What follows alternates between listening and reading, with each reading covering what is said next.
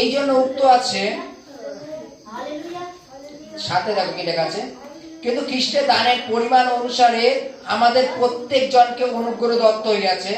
এই জন্য উক্ত আছে, তিনি উঠতে উঠিয়া বন্দীগণকে বন্দী করিলেন, মনুষ্যদিগকে নানা বরদান করিলেন। ভালো, তিনি উঠিলেন, ইহার তাৎপর্য কি? না এই যে তিনি পৃথিবীর নিচতর স্থানে নামিয়াছিলেন। যিনি নামিয়াছিলেন তিনি সকল স্বর্গের ঊর্ধ্বে উঠিয়াছেন, যেন সকলেই পূরণ করেন। হালেলুয়া।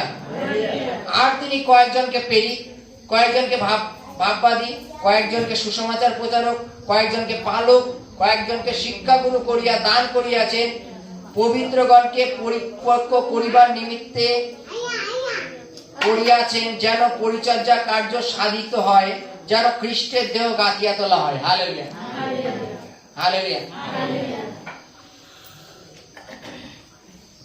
প্রার্থনায় বাইবেলে লেখা আছে, ঈশ্বর এক একজনকে এক এক রকম অনুগ্রহ দান করলেন। করলেন তো নাকি?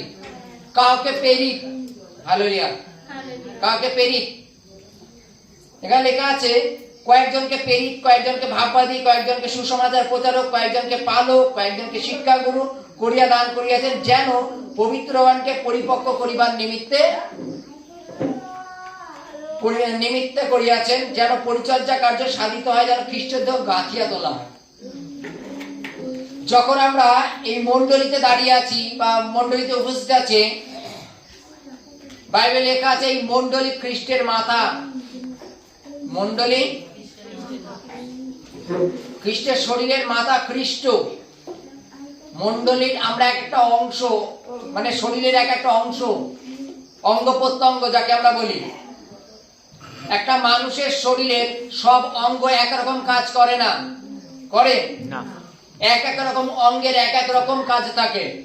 তদ্রূপ এই মণ্ডলীর অঙ্গ প্রত্যঙ্গ আমরা ছোটবেলায় পড়েছিলাম যে মানুষের যে শরীর, যদি আমরা হাত যদি বলে আজকে থেকে আমি আর কাজ করব না, তাহলে কি চলবে? পা যদি বলে আজকে থেকে আমি আর হাঁটবো না, চলবে? মাথা যদি বলে আজকে থেকে আমি আর বুদ্ধি দেবো না, চলবে? চোখ যদি বলে আজকে থেকে আমি আর দেখবো না, চলবে? ওই একটা একটার জন্য কিন্তু পুরো শরীরটাই অকেজ হয়ে পড়ে যাচ্ছে, তাই তো নাকি? তদ্রূপ আমরা যখন খ্রিস্টের দেহের একটা অংশ, হালেলুয়া, তাহলে আমাদের মধ্যে এইরূপ কেন? হালেলুয়া। তাহলে আমাদের মধ্যে এইরূপ কেন? আমাদের মস্তক একজন আছেন, তিনি হচ্ছে খ্রিস্ট। হালেলুয়া। আমাদের একজন মস্তক আছেন, তিনি হচ্ছে খ্রিস্ট। তোমরা কি জানো, প্রতিনিয়ত মনে করো তোমার পায়ে একটা আঘাত লাগলো, মনে করো একটা আঘাত লাগলো, সেই আঘাতের সেন্স আগে মাথা পর্যন্ত পৌঁছায়। শরীরে কি করলে না করলে সেটা অনেক দূরে থাক। তোমার পায়ে আঘাত লাগলো, মাথার থেকে তখন হাতকে পারমিশন দেবে, যাও জায়গায় তুই চেপে ধর, তখন হাত চেপে ধরে, তার আগে হয় না, মাথায় আগে যায়। জানো জানো তোমার শরীরের অঙ্গ প্রত্যঙ্গে যেখানে যাই হোক না কেন, প্রথম মাথায় যায়, তারপর থেকে ওখান থেকে আজ্ঞা স্যাংশন হয়, তদানুসারে কাজ হয়। জানো? তদ্রূপ আমাদের মস্তক একজন আছেন, তিনি আছে খ্রিস্ট। তিনি আছে খ্রিস্ট। বলছে ঈশ্বর এক একজনকে এক এক রকম ভাবে ব্যবহার করেন, আর তার জন্য আমাদের মাথার একজন খ্রিস্ট আছেন। বাইবেলে লেখা আছে তিনি এক একজনকে এক এক রকম অনুগ্রহ দান করেছেন। অনুগ্রহ, যার যেটা সামর্থ্য সেটা তার অনুগ্রহ, ঈশ্বর তাকে সেই অনুগ্রহটাই দিয়েছেন। হালেলুয়া। আর যদি আমরা এইরূপ খ্রিস্টের শরীরের সাথে যদি এইরূপ করি, খ্রিস্টের শরীরের সাথে এইরূপ করি, তাহলে কি খ্রিস্টের শরীর থাকবে? খ্রিস্ট বাদ দাও, আমাদের নিজেদের শরীরের কথা বলি। কোন এক ব্যক্তি যদি জন্মের প্যারালাইসিস হয়ে যায়, সেই ব্যক্তির পরিণাম দেখবা তো কেমন?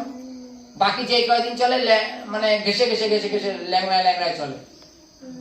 তদানুসারে আমরা খ্রিস্টের শরীর, আমাদের প্রত্যেকটা অঙ্গ প্রত্যঙ্গ সতেজ হবে, শক্তিশালী হবে, পাওয়ারফুল হবে।